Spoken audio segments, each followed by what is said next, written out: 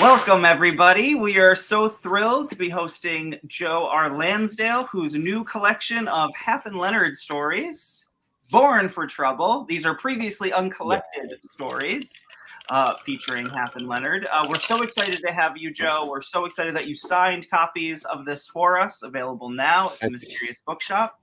And we are so excited to also have Gary Phillips and Rick Klaw joining us to chat about the new collection. Yes, round of applause, everybody. I'm going to let you gentlemen get started. No one wants to see my face. No one's interested in what I have to say. So I'm going to turn it over to you guys, and I'll be back in a little bit. But enjoy. Thank you. Thank you. Look, Joe's all down there by himself. I don't know what the people see on the other end. Oh, there we go. Look at that. Look at that magic. I'm ready for the amazing questions or introductions or a little singing. Oh, I've been really? working on my Go ahead, blues Joe. notes. Go ahead, Joe. There I've you never go. heard you singing. Go ahead, Joe. If you wanted singing, we should have invited Casey. Yeah, that would have been better. Now you don't want to hear me sing. All right. Well, okay. So we're all here to talk about your book, Joe. To my left is Gary Phillips, because I don't know what you guys see on the monitor, what you guys are saying, because we see the three. I see Joe in the middle at the bottom, and Rick, you're on my left at the top. I'm thinking the people watching us, what they're saying. Yeah. So anyway, the gentleman who's just talking with the deep voice, that is Gary Phillips, great crime writer, and kind of writes LA noir stuff. Is that a good description of your stuff, Gary? I guess that's a good description as any. Yeah. I mean, It's you're kind of all over the broader place. than that. I'm not going to get into it. I think it's a little broader than that. Yeah, I think he's all over the place. But so, and then I'm Rick Klaw. I was the editor I edited all of Joe's books for Tachyon. I edited Born for Trouble. It's one of the reasons I think I'm here. And then, of course, Joe is down there underneath us all, holding us all up on his big shoulders. Atlas. Yeah, that's right. It's Joe, So Joe, how is this? So this is a new collection, never been collected, this stuff, right? I'll just ask a basic question. How is this different than the last collection you did with Tachyon, which was your last Hap and Leonard collection, I believe? The last one was of Mice and Minestrone. Yeah, well, of Mice and Minestrone and the one previous to that, Blood and Lemonade, were both stories about Hap and Leonard, primarily Hap, because he was from his perspective when they were young. And it's kind of, if you read the two books together, you learn how Hap and Leonard met. You learn their interactions. You learn singular things about Hap. And then you see them a little bit more in Mice and Minestrone, but they're still young and they're still starting to figure out who they are. And they're dealing with life as they know it at the time. And by the time we get to this one, these are there they are. They're uncollected, but these are kind of intermittent adventures between the novels. Is what which one goes where, I couldn't tell you. I'd have to stop and think. But these are more of an exciting adventures, where the others were more, I think, coming of age stories, really, for the most part. And I'm writing a book about Leonard from Leonard's perspective, and at least I'm trying to, and I hope to get that done eventually. Short stories about him. Is that the first time you've done it from Leonard's point of view, Joe? Yeah, it is. And I think it's hard for me too, because I'm writing from Hap's perspective, and he's telling you, this is how I see Leonard. This is what I know of Leonard. But we don't know what's going on entirely in Leonard's head. We learn from things he says and how they interact with one another. I mean, the usual fictional methodology. But I thought it might be interesting to get some of his past when he goes to Vietnam and how he becomes who he is. Yes, dig it. Well, Hap is you. That's part of it. It's so easy to write Hap. It's you. As I think you said it before, if you had never met Karen, your wife, you would. Yeah, like that's perfect. Yeah, because she normalized me. she made me a citizen. And in the best sense of the word, not in the absolute. I'm still working against the man. Doing my own thing. That's what we like to believe, and to some extent, I suppose I am. But Hap represents me a lot, and now Hap and Leonard, I've aged them, but not as fast as I have aged. When I don't write about them, they don't age. And it's funny, that seems to be a thing that a lot of people ask. They say, well, why aren't they 70 years old? And I go, because I made them up. And because when I quit aging them. So they're about 50. And that's where they stand. Yeah. And because, I went 8 years without writing them. And I thought, I'm not going to jump these guys forward 8 years. I'm going to go back and just pick up where I left them. But I'm not going to worry about trying to make that last year coordinate. I'm just going to start right now. And I think it's sort of like what James Lee Burke does and, what Robert Parker did and a lot of other writers. I mean, how old is James Bond, for heaven's sakes? Right.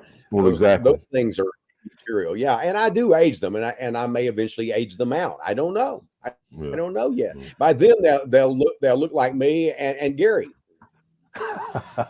Wow. You've never really worked in reality. Gary would be much younger. But I've seen Gary in ages. Well, but one of my favorite stories in here is the Briar Patch Boogie. And so, of course, old men trying to do what they're doing in the Briar Patch Boogie, that may not work out too good, man. There might be some knees giving out, some backs giving out. That might be some trouble. That's right. And so, I don't want them having fighting crime from wheelchairs, So they're the kind of characters that, I only age them so much because when I was 50, 60, I mean, I was a hoss, still, I'm 70 now and I'm a smaller pony now. I'm not quite the hoss I was. I'm a sturdy Shetland pony. That's it. That's right. There you go. Right. So when I was in my 50s and 60s, I could do most anything I could do in my 30s and 40s. But then all of a sudden, you start, no matter who you are and no matter whatever, eventually age catches up and it starts to go, well, you know what? You've gone on a little too long. And so it starts to make you feel those aches and pains. And, 50 something years, 58 years, I think, of 59 years of martial arts, throws, kick, punches, real fights and just working hard in the rose fields and stuff like that. It catches up with you, and you start to feel that. And I won't happen, Leonard, to have that aspect of their age, but I want to keep them in a relatively realistic age so that they can do the things they do. Exactly. That's interesting you mentioned Parker because that's funny. I was talking about him with somebody the other day. Oh, I was at the paperback book show, Joe. You weren't there this year, but No, but you run into all the old timers, of course. And and I remember this because I remember the first Parker novel, first Spencer novel that Parker wrote. Spencer was a Korean War vet, right? The book was set in the 70s, and he was a Korean War vet, right? Then at some point, now the books are taken off. So then at some point, Spencer becomes a Vietnam vet, right? And then a little later, he's just a vet. Yeah. Well, that's true. And, that's one of the mistakes I made, I guess, when I was doing Hap and Leonard is that I made Leonard a Vietnam War vet and I made Hap a war resistor. Yes. And so when you do that, you have dated them, but that's okay too, because I wanted to write about how those people were impacted by those experiences. Because I had them, I was an anti-war resistor. I was in civil rights stuff. And, and it's a different time, a different era, and a different way of seeing things. I wanted them to have had those experiences, and because that's what makes them who they are, because that's what made me who I am, Yes, exactly. No, exactly. And nowadays, of course, a lot of the readers wouldn't know those life and times, except they know them from movies or maybe they see them from a documentary. But you're right to have them, had those experiences, of course, and it will shape them, and it will affect them, and how their outlook's going, and the fact that Hap is certainly always the reluctant one, about Leonard doesn't mind putting a few people in the ground, but Hap is a little more. You got to push Hap to that part. Yeah. I've got friends. It's Leonard's based on some friends of mine and some who would put you in the ground, Yes. and then others who had some experiences like Leonard and some who didn't. And when you write, all the characters are you to some degree. Right. And somebody said, well, does Hap always represent your views? And I said, no, but mostly. And in fact, a lot of Leonard's views, I'm with him on some of those, and, Right. I couldn't tell you which one right now, have to go through them, but you borrow pieces of yourself. You can't write about yourself, about anybody, unless you're willing to see the connection with yourself, with both the good, the bad, and the indifferent, because you're all those things. If you write about serial killers, there's some part within you that understands them. That's creepy and scary, but there's some part of you that does understand them. But that don't mean you've got to be them. But it means there's some place in that deep, primitive part of the brain, that primal part, that understands their motivations and why they are who they are. And it's not just making it up. And you can tell the difference in a writer that just makes up stuff, which, I certainly do. But I try to inform, no matter what I write, from some either personal experience, personal observation, learning from, different sources, different things. And I try to not have everything to have the stink of the library on it. Because, I've had to live life. I've had to work hard and do things like Hap does for a living, and Leonard did for a living. I worked with Black people, Hispanic people. I worked with everybody. So when you get out there in that hot sun and you're picking roses, prejudice goes out the window. Because when you're all doing this, well, it should anyway. I mean, it doesn't always. But you're out there trying to, you're working together, you eat lunch together, and you start talking, and then you start going, well, I got the same shit going on in my life. I got that same problem. I can't make the house payment or whatever it is. And those kind of things, I think, unlike the stink of the library, connect you to real people. And I love books. I mean, you can see the books behind me. There's books. My whole house is filled with books. But that doesn't mean that as a writer, I want to just rewrite what other people have done. Though certainly you borrow. And like I say, I'm a heavy reader. But I think with me, at least with Hap and Leonard especially, and some of the standalone novels, I tried to bring either my own experiences or the experiences of my family that I had heard and so on, So those are the guys, and so and Leonard, I've never been a Black Vietnam vet, but I've been a human being, and I've had people. My brother was in the military, and a lot of his views are similar to Leonard's, and he was in Vietnam at least 3 times. Wow. And because he was involved in other aspects of it. Let's put it that way. He was there. I think the normal tour was 2, but he was there 3.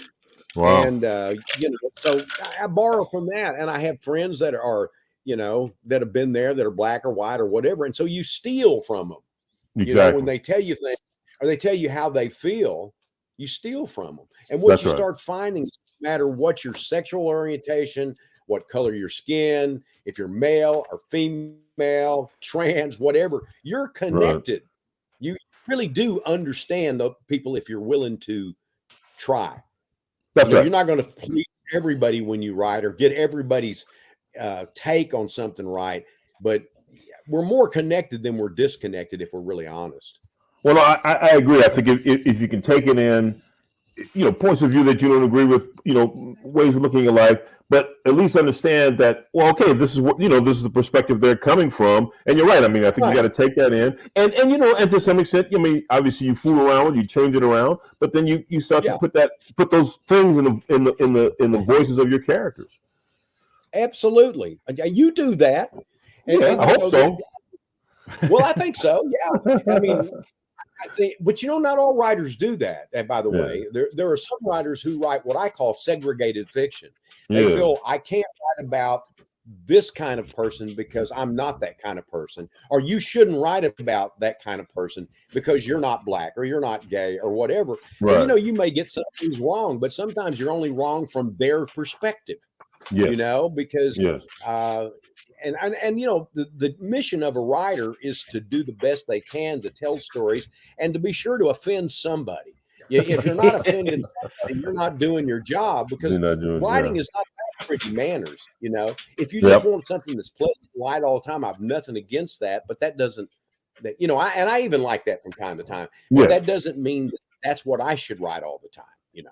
That's right. Exactly. And you're right. And as a writer, you know, you want to push yourself too. You want to say, well, all right, I'm gonna take a walk on this part of the dock, even though it's gonna, you know, the wood's gonna be kind of thin. I'm gonna be kind of, you know, dancing around there. But you know, let's see what happens. Yeah, didn't I see a shark fin out there in the water? Yeah, no, of course.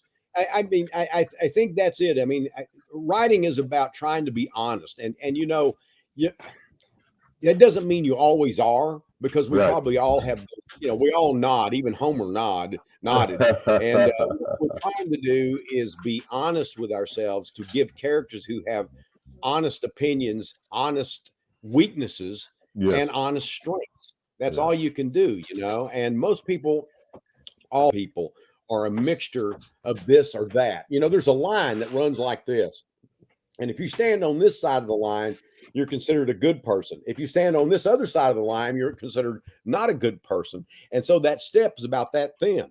Yep. And a lot of it. Well, and most people don't stay just on the line. That's what I'm saying. They step on their own one side of the line. That's what I'm saying. But that's also the nature of I think, the kind of crime fiction that Joe is writing. The kind, you know, that you're right. You've got to, you know, listen. You got to put these people under the pressure cooker and see what happens. Yeah.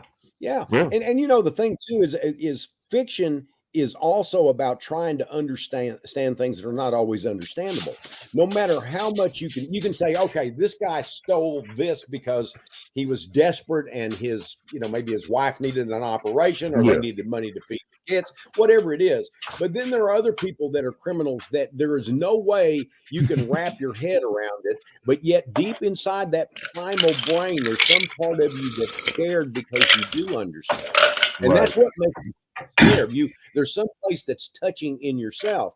And that's the part the writer gets in touch with. And it may well be that's interesting. Crime fiction, horror fiction is a kind of a way to give yourself an inoculation against death, because you're going to get there. So you're trying to understand it and go, let's get this so I don't worry quite so much about it.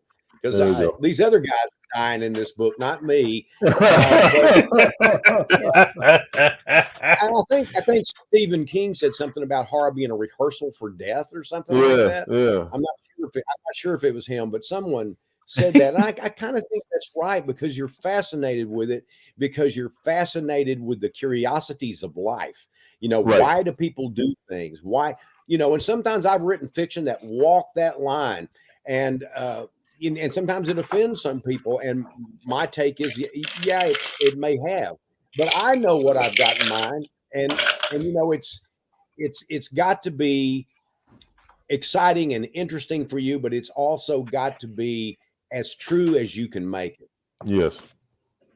Well, and I agree, because it gets us back to kind of the where we started, which is to say, it is always about, you know, this is not about putting it on the couch or, you know, psychoanalyzing them. Well, yes, to some extent we do psychoanalyze our characters, but but you got to sort of boil it down. You're right. So you boil it down to something that Hap might observe, but it's, you know, but it is from Hap's point of view. It's not because Hap read a whole ton of psychoanalytic books and therefore is going to regurgitate that, but he has lived a life, and so therefore he has a perspective. Or he looks at Leonard, or Leonard says something, or Hap absolutely, you know, and it's clear, right, that Hap knows kind of how Leonard thinks, and so when Leonard says something, Hap, you know, then you hear it from Hap as well. You hear it echo with Hap. Right. Yeah. Exactly. That's it. Yeah. So, on a little different subject on this, still Hap and Leonard, but Joe, I've known you for like 30 years now, something like that. I have never ever heard you discuss going fishing with me, and yet you have fishing throughout Hap and Leonard. I mean, throughout Born for Trouble. Do you like to fish? It's metaphorical. When I was a kid, I did a lot, because we ate a lot of fish. We shot squirrels and ate them. We did all that stuff. And it wasn't that I was a great hunter or anything like that. It's because I was hungry. And we weren't starving, you know, and we would have survived had we not done it. But it was one of those things that it helped fill the larder with something besides beans and cornbread, which I like quite a bit, by the way. But, you know, we were poor, and it was not uncommon for poor people to go hunting for squirrels. And you know, I never went deer hunting or anything like that. And I remember, and I wrote about it in one of the stories, I think it's in Blood and Lemonade, one of the two, is that we used to go hunting for squirrels. And I remember going out and I was getting excited, killing squirrels. And my dad said, hey, sit down over there on that log. We sat down on that log. He said, look, when you start to enjoy seeing something fall, you need to sit down and have on this log like this and have a talk with yourself. Because this isn't about just killing. You shouldn't feel delight in killing. You're killing to eat, you know, and it's not, and hunting's not a sport. He said, unless they're shooting back, it ain't no sport. And so that was my deal. And with fishing, we used to fish, and we, you know, the same thing. And I've been fishing a few times since as an adult because I love the meditative aspect of it. Sitting out there and throwing the line and just waiting. And I nearly always throw the fish back because I don't want to clean them. And nobody eats them but me. And you know, apparently fishing is dangerous too. Yes. That's apparently it can be. Yes, apparently it can be. Apparently, that's the big lesson I got from. It's a feeling of the country, and it's a feeling of I guess where things are pleasant and where things are relaxed, and then it's the calm before the storm, for one thing. And it puts them in the woods, which I grew up in and love the woods, you know. And I used to be able, you put me in a city, I'll get lost in 15 minutes, but you put me in the woods, it's hard for me to get lost. And now I'm not quite as good as I once was, but you know, that was the thing. I grew up doing all that stuff. So that's a connection I like. And the fishing is more of a memory, I think. And again, that metaphorical aspect of it. Well, and it gives a good, and of course, story-wise, it gives you a good way to have them talking with exactly. That's the other thing. Exactly. Yeah. Because, you know, they're out there in the boats, they're not catching anything. They're bored. They got to talk. Yeah, they're not very good fishermen, apparently, either. Yeah. No, they're not. No, that's there. Yeah. Yeah, of course, they know they're not good fishermen. That's the other thing. At least they realize, you know, they're not. Yeah. It's just they don't refer to themselves as anglers. Yeah, I've gone fishing many times. I've never gotten trouble like, you know, they've gotten into, even close. But you know, I had a couple of times when I did. I was in the wrong place, and you know, a funny thing about the Sabine River where I grew up. There was a book written on the Sabine, and I'm sorry, I can't think of the guy's name right now, but he talked about he got on a boat and hit with his crew, whatever, his friends or whatever, and they were going to sail down the Sabine. And he said, you know, I've been reading your books, and I thought, well, you know, it can't be like that. He said, well, the very first day we were out there, he took a shot at us. And he said that they paddled and got away, and said they pulled up in a bank, and a guy come out of the woods and said, I'm sorry I took a shot at you. I thought you was my brother. And that's it. And there were people who lived down there in the Sabine, especially in that era when I was growing up. They had little shacks, and they didn't deal with people much. They lived off hunting and selling skins. My uncle sold animal skins, you know, things like that. People used to buy them even in the 50s and early middle 60s, you know. And so that's what those people were doing. They were hunting, they were trapping, they were fishing, they were living off the land. And some of them were really nice folks, and some of them were scary. So I had a couple of fishing adventures. So somebody asked on here, where was it? Asked, how is it different when you are writing your own characters versus an established one created by someone else? Say Hap and Leonard versus Batman, which would be a great book. But yeah, it really would. I hate to tell Hap and Leonard, but I think Batman would win. You know, that's he's got that cool technology. That's right. Well, it's different in the sense that I try, you know, I love doing that stuff, but I've made a point of not making my career about other people's characters. But that doesn't mean I haven't touched on them. Tarzan was, you know, I read when I was a kid, and I used to watch the show. So having that opportunity to do that, because Burroughs left a novel unfinished. And I was very excited. It was 80 pages or so. And when I got it, I started reading it, and he was like whacking a tiger or because there's no tigers in Africa, but he didn't seem to know that. But he was tracking cougars and lions or panthers or whatever on every other chapter. And so I said, well, that's kind of boring. I got to change that. And then when I got to the black characters, I forgot. Notice stuff like that. And they were all talking like massa and all that sort of stuff. Yeah. So I did change all that. And there were people that were mad at me for changing that because when I wrote Conan comics, I wrote a series called Songs of the Dead. We actually got a mail from people disappointed that I'd put people in there of different races and stuff like that. Oh, wow. Yeah. And because, Howard was considered by many people this Aryan guy. I think he was much deeper and more than that, knowing about him. But that was certainly a part of him. And Burroughs was, playing to the crowd of his time, and not saying that's acceptable, but when I was doing that, I couldn't do that. I had to make the changes because some of that dialogue was so ridiculous that even I think even a racist would be offended. That's pretty rugged, yeah.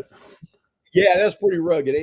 But I love doing that. I love Burroughs. Don't get me wrong. I mean, Burroughs is one of the great influences on my life to make me want to be a writer. And also, I learned momentum from him and writing what I think is convincing narrative. I like to think I've learned more about style and things of that nature. My friend Charles Saunders. Do you guys know Charles Saunders? He's gone now. He died. Yeah, I know he's gone. And but I knew of him, and I've got a couple of his books, Joe. Yeah. He told me once. He said he wrote the Zamaro books. Zamaro was a black warrior and kind of in a Tarzan milieu. But he told me once when he was reading those books, he said, I love those Tarzan books. He said, just once I wanted some black warrior to drop out of a tree and just beat Tarzan's ass. Brilliant. And, I've always thought a black Tarzan would be great, or version of it, because it makes more sense, really, Well, it does. And it's funny, man. You're right. There's I guess he passed recently because did he move to Nova Scotia or something like that? He was up. He died a few years back. Yeah, and I know there's been some interest from at least I think I read about one black filmmaker who was trying to do that, trying to take the books and make them. There was a kid. I shouldn't say that. A young man who was kind of like almost like a nephew to Charles. But I got to where I wasn't hearing from Charles much, But the thing is that I enjoyed writing Tarzan. I enjoyed writing Conan. I wrote the Lone Ranger. I really enjoyed writing the Lone Ranger. Jonah Hex and Superman and Batman in the Batman and Superman the animated series. I did one Superman and 3 Batman and 1 for Batman and Robin Adventures. And then I did Son of Batman, an animated movie. So I loved writing about those characters. And for me, it's like a holiday. It's like taking a break, and it's like touching with your past, getting in touch with your past and the things that, moved you when you were growing up. Exactly. No, I can dig that. Yeah. I've had a chance to, do a little of that, and you're right. It's kind of interesting to, take these characters like, a character like Batman or I had the chance to do for Joe Gentile, for Moonstone, did a couple of Avenger stories and I did a Spider story and this and that. But it is interesting to sort of take those characters that are steeped in such kind of mythology and have like a kind of a strange and very opinionated fan base and fool with those characters and obviously bring you and hopefully bring some modern touches to them, but yet still try to capture the essence of the character.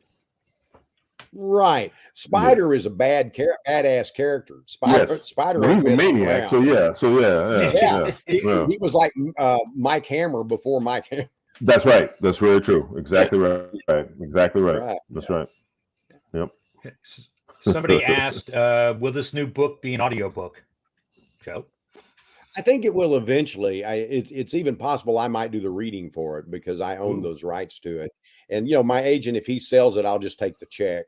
But otherwise, I might do the reading for it, there are several people who've done readings of my work that I think did real well. There's only I think a handful of things that I've read, but I've enjoyed doing readings. I think if I read Hap, I'm doing good because he sounds like me. Mm-hmm.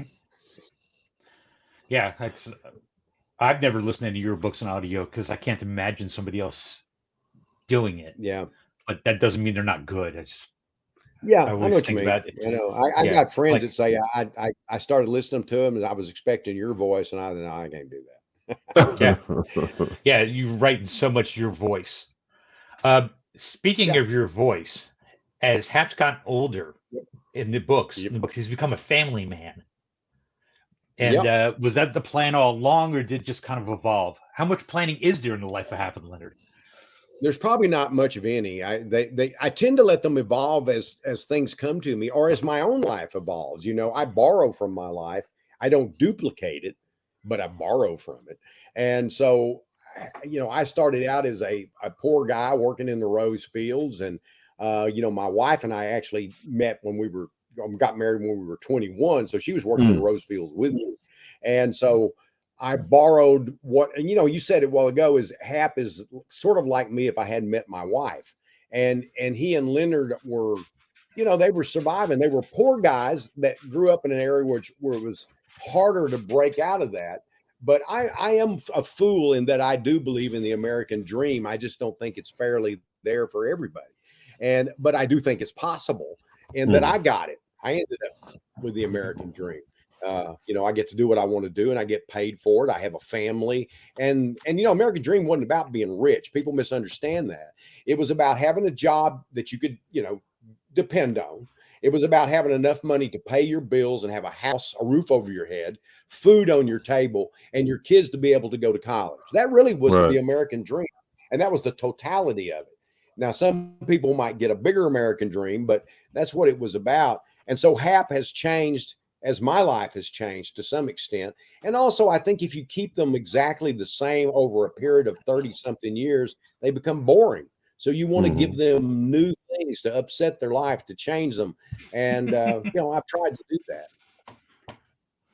Well, and it's also, and in that way too, I mean, you're right. So certainly with Hap, and, you know, he's reflecting on, you know, the wife and the kid, and you know, and obviously wanting to get back to that. So that, and ultimately, of course, that's also going to affect, even though he's going to, like, you know, like in the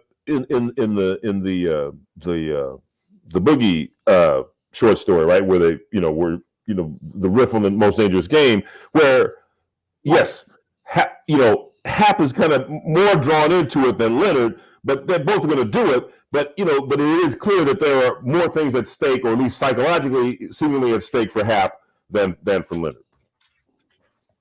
Yeah, and I think that's true. At least in that story, that definitely is true. That story, yeah. You know, one of the little bit off that subject a little bit, but you know, one of the things I love most about writing about Hap and Leonard is actually their relationship stuff and their dialogue, like in Briar Patch Boogie, where Leonard wants Hap to get up and get him a glass of water like a kid and wants some excuse not to go to sleep, you know. And I cherish those kind of moments, you know, because I've also written straight novels where, you know, they're not genre novels, and I've enjoyed doing those too. But I've always found that a genre engine works really well for me, because it drives that car to where I can have those moments and keep things traveling forward and keep things exciting, you know. Yes. And but I love the little stuff between them, because they're kind of like things with friends of mine that I had many years ago, and I borrow from my own family. I even borrowed from my kids, you know, that whole thing about the water. If you have kids, it's like, I want a glass of water. What do you mean? You just had a snack. Exactly. You know, now you want to go 15 minutes later. Now you want to go to the bathroom, you know. That's funny. Well, that's what keeps. Was a tricky. But that also what keeps, I think, Hap and Leonard fresh, right? So on one hand, yes, you're deepening them, you're giving them new experiences, you're rounding them out even further as they get older and as they mature and as they reflect. but also then they do have that. I mean, these guys have known each other forever, so of course they also bring that, to bear. It can't help but, show up in some kind of way. Absolutely, absolutely. And I also think that the characters are fun because I believe writing should be fun. That doesn't mean you're Yeah. always writing about fun things, but Right. I'm not one of those people that hates to write. I've had friends that enjoy having written, but not writing itself, and Yeah. that's okay. You're one, yeah. Hey. And but I'm not that way. It's the writing that gives me the greatest pleasure. Is doing the Right. writing, and I only write about 3 hours a day. That may be why it's so comfortable for me. Because Right. if I get up in the morning, I just write right then 3 hours, and I have a 3 to 5 page limit, and I Dig it. often get over that, but I have to get at least 3 to 5 pages before I'm allowed to quit. Yes. And if I do quit without it being finished, I don't try to make it up the next day. I just say, Yeah. okay, I'm back on 3 to 5, but I'll often find that my subconscious has figured that out. And so 3 hours later, I would have written it and caught up with the pages too. And then sometimes, Right. I don't know what it is, but like this morning, I'm working on a screenplay. I got through with the screenplay, and then I worked on a short story for about 20 minutes, and I looked up and it was 2.5 hours. Big. Yeah. Yeah. Well, that's Yeah. great though, But man. I Just feel to like a immerse hero yourself. the That's rest of the wonderful. Yeah. Yeah. Well, that's good. I work 7 days a week, unless occasionally I'll take a time off for some folly. But and every once in a while, I think, I'll take a day off today. I'll go to the movies. I got martial arts I do and stuff like that. But I find that it for me, 7 days a week with that occasional break, 3 hours a day. That way, it's always comfortable, and I'm a hero every day because That's I it, got my baby. work done. That's right. And I That's right. don't do lots of drafts. I do one draft and one polish, but I revise as I go a Yes. lot. If I Yeah. had a trash can right here, it'd be full every day. That's right. Right. It'd be all the way up to my hip, Yeah. just full of paperwork. But now I don't have to do that anymore because I got technology. That's And so it. I write that way and correct as I go. And then when I get finished, I do a polish. And then, of course, the editor may have suggestions, which I can ignore. And then sometimes there'll be, no, I actually do some of the editor stuff for sure. But, and the a good editor knows that it's the writer's book. And they may Yeah. have some good suggestions. But, unless you've written a horrible, idiotic book, that you have the right to say, I'll take that, I'll not take that, I'll skip that. Who I love, and I've always said it, is Yes. the proofreader. Those are my heroes because they go in there and fix my Yeah. horrible spelling, tell me where that comma really should have went, and sometimes I don't like where that location is. Well, As your editor, I can. Yeah, No, go I'll ahead, take Rick. commas out of that. That's Yeah. it. Go ahead, That's Rick. it. I'm sorry. So there's a couple more questions on here. All right. Somebody was asking, is there any chance that Hap and Leonard series can return to the screen? There you go. Right now, no. It doesn't mean, and the reason I say that is that when they made that series, they own the rights to it over at AMC on Sundance, and unless they decide they want to do something with it, it's dead in the water. The thing that I did not know back then too is that if somebody comes from one of your other novels to a Hap and Leonard novel, that's now part of theirs as far as film rights. Yeah. As far as film So rights, they, yeah. more careful. You've probably had that experience too.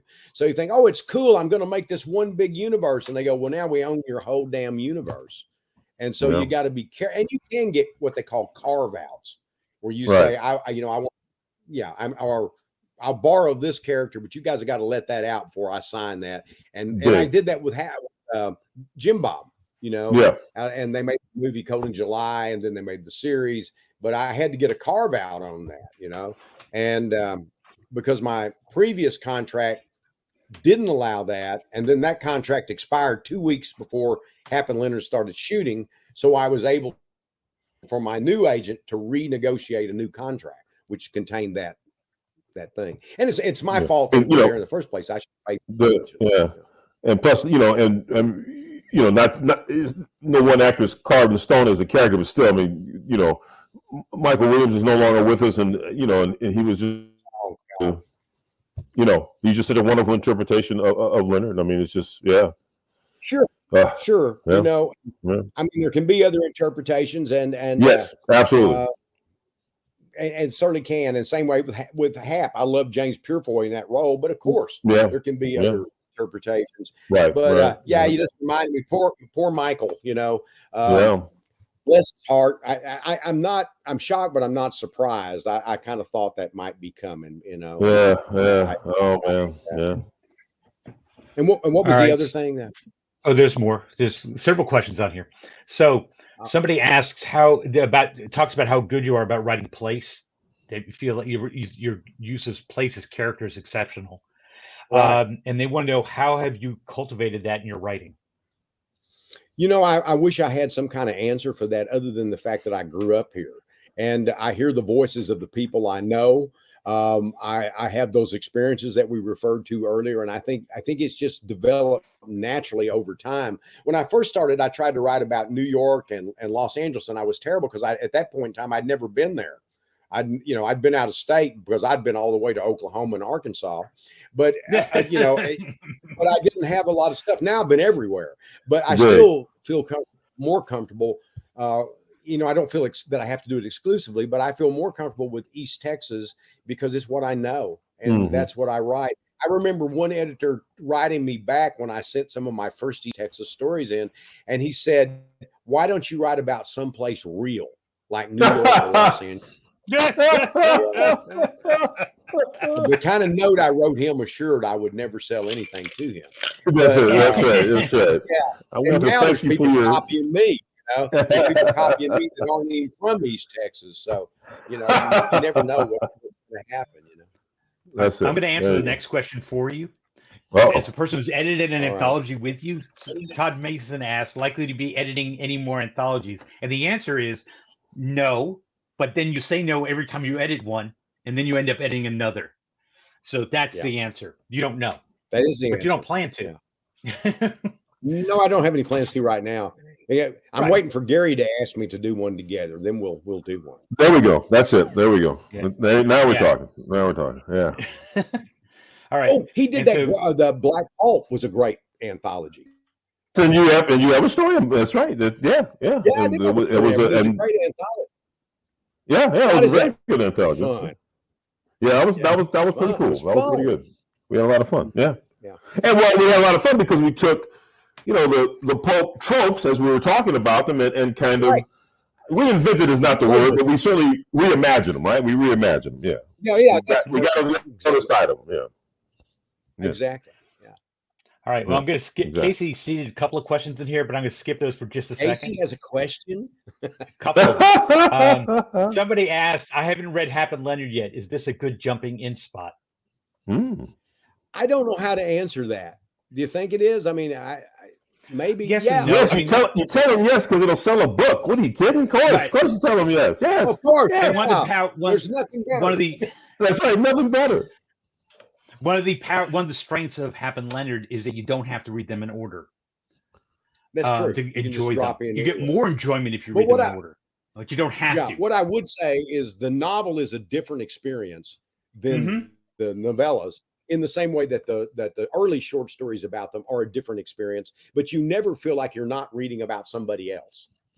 So I got a question for you. How do you approach writing the novellas and short fiction with Hap and Leonard different than you do the novels? Do you think differently about it? I don't think so. I just start writing them, and I sort of internally know what they're going to be. I know their length. I may not consciously know what they're about. My subconscious knows it, and it reveals it to me every day. I don't plot and don't plan. I don't do that. I can't do it.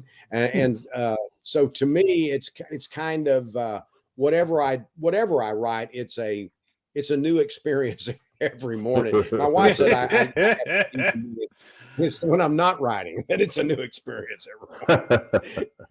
All right, let's get Casey a question here so she doesn't pout later.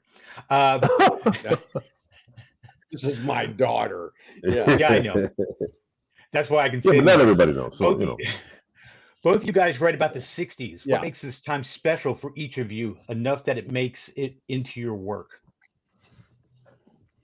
We're old guys. There you go. That's it.